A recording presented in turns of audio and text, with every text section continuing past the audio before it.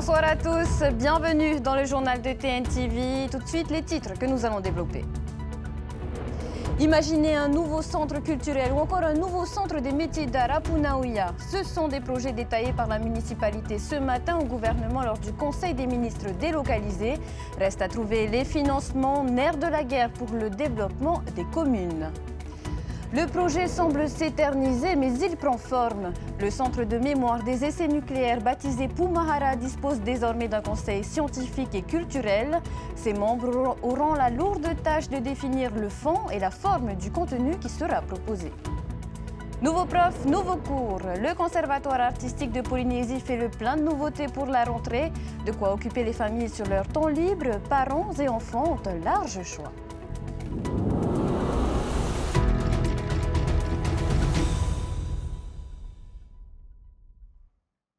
Un centre culturel dans l'ex-géant casino désaffecté, un centre des métiers d'art sur les plateaux d'Autumauro ou une carrière d'exploitation de gravats dans la vallée de la Punarou.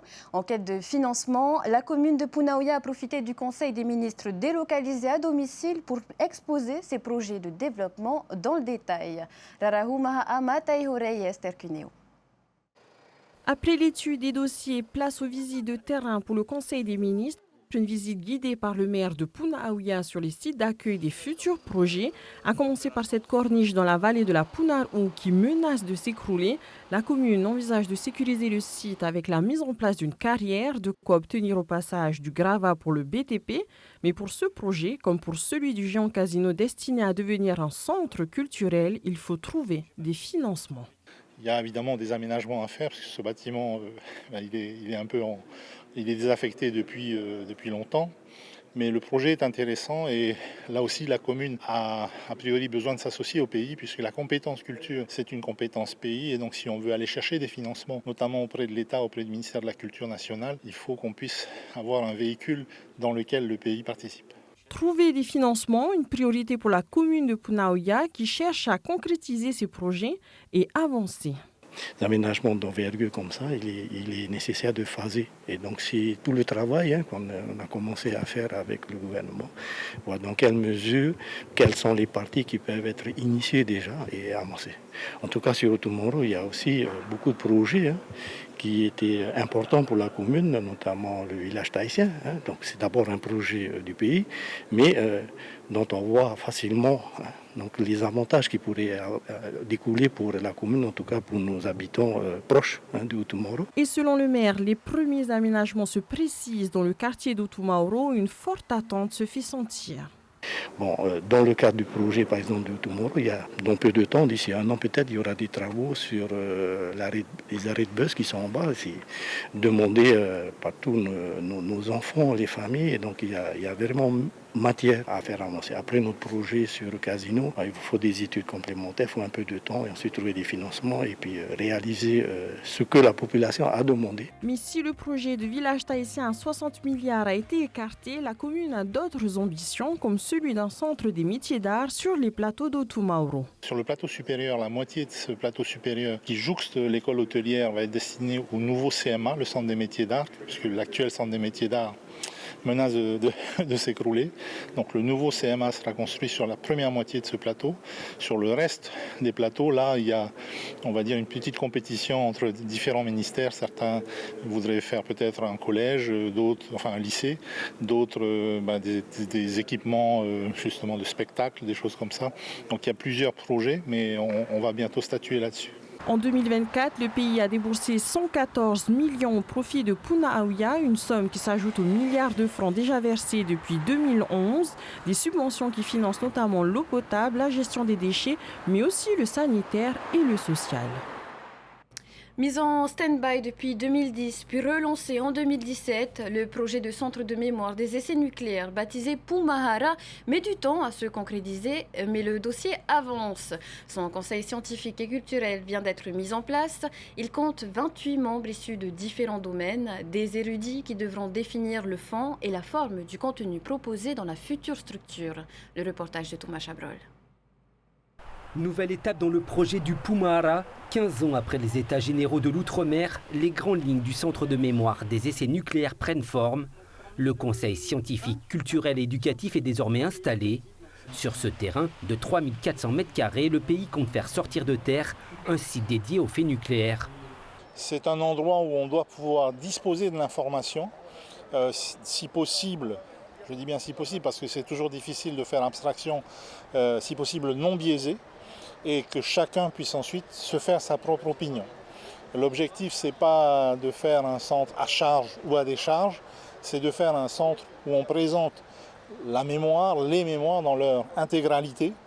Mais avant de bâtir l'édifice, le Conseil scientifique, culturel et éducatif a une lourde mission, celle de rédiger une feuille de route qui déterminera le contenu de ce centre de mémoire.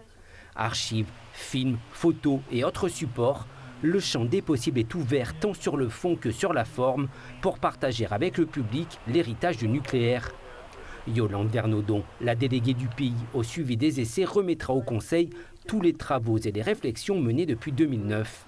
C'est ça, comment on les met en scène, comment on les met à la disposition du public pour qu'ils puissent avoir une expérience.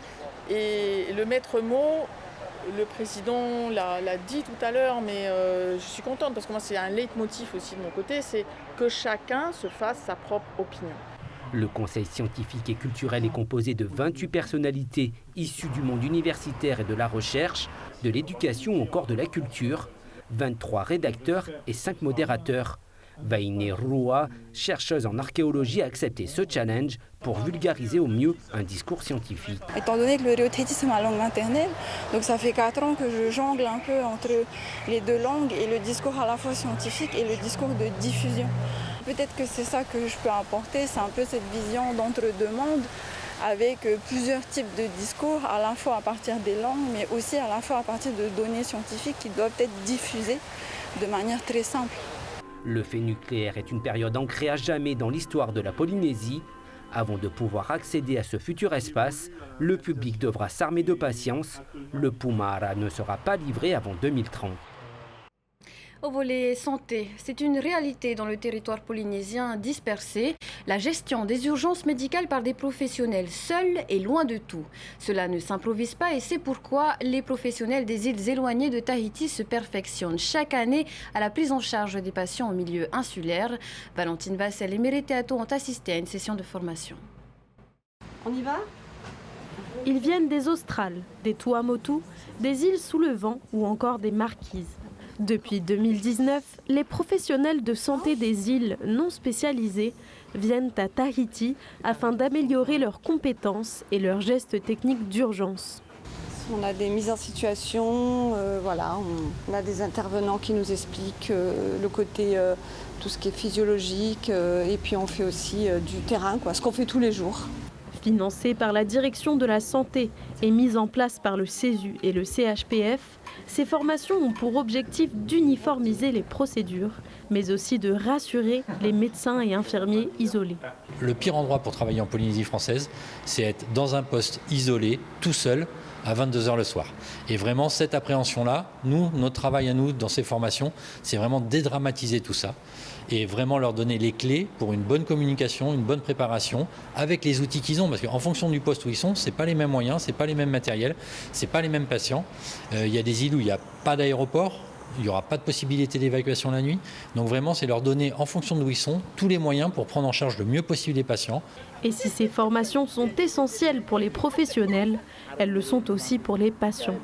Ça serait important pour nous, pour les malades qui ont des maladies graves, comme nous, pour nous aider, pour qu'on puisse rester chez nous et auprès de nos familles. Aujourd'hui, près d'une centaine d'infirmiers et une quarantaine de médecins exercent dans les îles. Mais en raison de difficultés logistiques, du manque de locaux et de remplaçants, les formations du CESU ne peuvent accueillir que 10 élèves à la fois. Les prochaines sessions auront lieu en septembre et novembre prochains. Parlons maintenant consommation et emprunt bancaire. Peut-être l'ignorez-vous, mais en Polynésie, les contrats de crédit n'ont pas de socle légal. Un vide juridique sur lequel se sont penchés l'Association de défense des consommateurs Tetiara et l'Université de Polynésie. Esther Parocordet nous en dit plus. Avant de conclure un crédit pour acheter une voiture ou une maison, le client a tout intérêt à lire les conditions de prêt et les principales obligations qui pèsent sur lui. Dans les faits, les banques délivrent toutes les informations aux clients dans le cadre des contrats établis, mais aucune réglementation ne les oblige à le faire. On a eu un consommateur qui nous a saisi concernant les prêts, que si celui qui a emprunté le crédit, il commence à vouloir dire non, moi je défends en fonction des textes présents, là la banque peut invoquer qu'il n'existe pas. Et c'est ça le problème actuel. L'association Tetiara et l'université travaillent depuis février sur les contrats de crédit. Ils s'appuient sur un avis de la Cour de cassation rendu l'année dernière. La haute juridiction avait été saisie par le tribunal de Reiatea pour trancher un litige entre une banque et son client. L'imbroglio juridique remonte à la séparation des compétences entre l'État et le pays suite à l'entrée en vigueur du statut de l'autonomie en 2004. L'État était compétent pour les matières qui relèvent du taux d'usure et du taux de crédit, tandis que le pays était compétent pour les matières qui relèvent des contrats de crédit. Ensuite, j'ai découvert aussi, jusqu'à 2017, qu'il y avait une loi Scrivener, qui était applicable en Polynésie jusqu'en 2017. Et cette loi conférait des droits et des protections pour les consommateurs polynésiens. Or, elle a été retirée et il devient urgent de prendre de nouvelles dispositions. Nous, la question qu'on se pose, est-ce que les droits qui ont été mis en place en France métropolitaine, où ils donnent avantage aux consommateurs, peuvent être établis ici? C'est ce qu'on demande. Dans un courrier adressé à l'association, le ministre de l'Économie assure préparer en urgence un projet de loi pour protéger les contrats de crédit. Il devra aussi s'atteler à un plus gros dossier réclamé par Tetiara depuis des années. Il n'existe aucun code de la consommation en Polynésie. Notez que le courrier évoqué en fin de sujet était signé de l'ancien ministre de l'économie, Tevaiti Pomare, le sujet ayant été réalisé avant le remaniement ministériel de lundi. Et à ce jour, pas de nouvelles du projet de loi du pays. En cette période scolaire, on continue de vous donner des idées pour planifier votre calendrier, rythmer votre quotidien et celui de vos enfants. Ce soir, focus sur les activités proposées par le Conservatoire artistique. Il fait le plein de nouveautés avec un nouveau système d'inscription, de nouveaux cours et même de nouveaux profs. Valentine Vassel et Mereteato. Beaucoup de changements cette année au Conservatoire, à commencer par la dématérialisation des inscriptions. Et bien là, je vois qu'il y a beaucoup moins de monde. D'habitude, il y a peut-être 3 ou 4 fois plus de monde devant l'AFM. Et oui, c'est une bonne chose. Presque 300 personnes se sont inscrites en ligne dans les créneaux de formation musicale. Au-delà de ce nouveau système de préinscription, le Conservatoire a élargi son offre. Cours d'éveil aux arts traditionnels, cours de théâtre en tahitien ou de guitare électrique, il y en a pour tous les goûts. Alors je vais m'inscrire en chant et puis j'ai mes enfants aussi, voilà, formation musicale, danse, donc voilà, je viens pour toute la famille. C'est un nouveau départ pour nous parce que j'ai un partenaire qui me rejoint bientôt et le 14 février on va se produire en concert, en amoureux.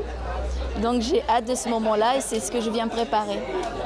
Du côté des professeurs, Minos, reconnu pour ses talents d'orateur, fait sa première rentrée. Là, en ce moment, je travaille plus dans les quartiers, dans les établissements scolaires. Et de toucher ici au Whareupara, c'est une aubaine. C'est une aubaine de pouvoir encore transmettre à plus de personnes.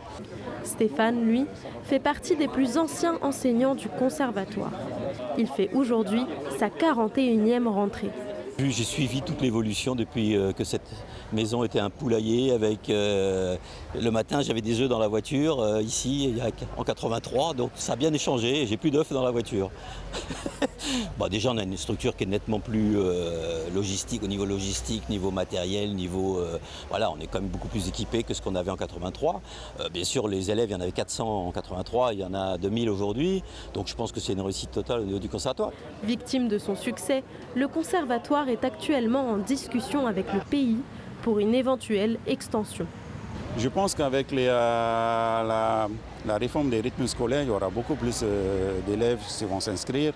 Donc à nous de répondre, on est déjà, les effectifs, on est déjà beaucoup trop nombreux par rapport aux espaces du conservatoire. Et on va essayer de répondre aux demandes, au maximum aux demandes des parents. Les inscriptions se poursuivront demain et vendredi à partir de 13h. Il sera ensuite possible de s'inscrire tout au long de l'année. Et comme chaque soir pendant les championnats du monde de va à vitesse, on vous propose un résumé de cette nouvelle journée de compétition à Hawaï. Pas de médailles pour les Tahitiens aujourd'hui, mais des places décrochées pour les finales et demi-finales. On fait le point avec Emma Mathieu.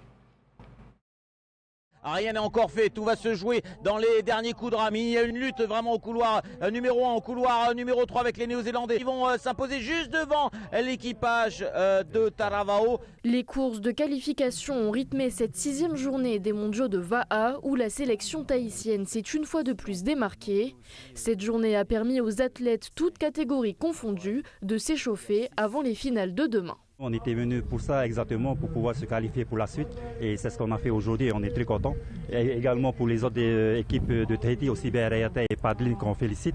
Donc pour nous tous, on est en demi-finale direct, il n'y a pas de repêchage. Au programme du jour, des courses de longue distance marquées par de nombreux virages. La fédération tahitienne de Va'a est plus que satisfaite des performances de ses athlètes. On est satisfait, même très satisfait de ce qui se passe parce que on est en tête du classement et puis on espère franchement avoir le plus de médailles d'or possible. Chez les masters femmes de 60 ans, l'équipe Rautere s'est illustrée en demi-finale et s'est qualifiée pour la seule finale de la journée. Après une belle lutte sur le plan d'eau et quelques erreurs techniques, elles n'ont pas réussi à monter sur le podium, mais ont tout de même décroché la 7e place. On était bien partis, mais les virages n'étaient carrément pas bons. Ouais. Nos virages n'étaient pas bons, donc voilà, ça ne pardonne pas. Hein. Quand tu prends un mauvais virage. Bon, on a fait du mieux. Hein. On aurait vraiment aimé être sur le podium. Mais voilà. Au tableau des médailles, la sélection tahitienne conserve sa place de leader. Nos Haïtos ont pour l'instant remporté 27 médailles d'or, 12 d'argent et 7 de bronze. Voilà pour l'actualité du jour. Dans un instant, retrouvez vos programmes locaux suivis de la série Balthazar.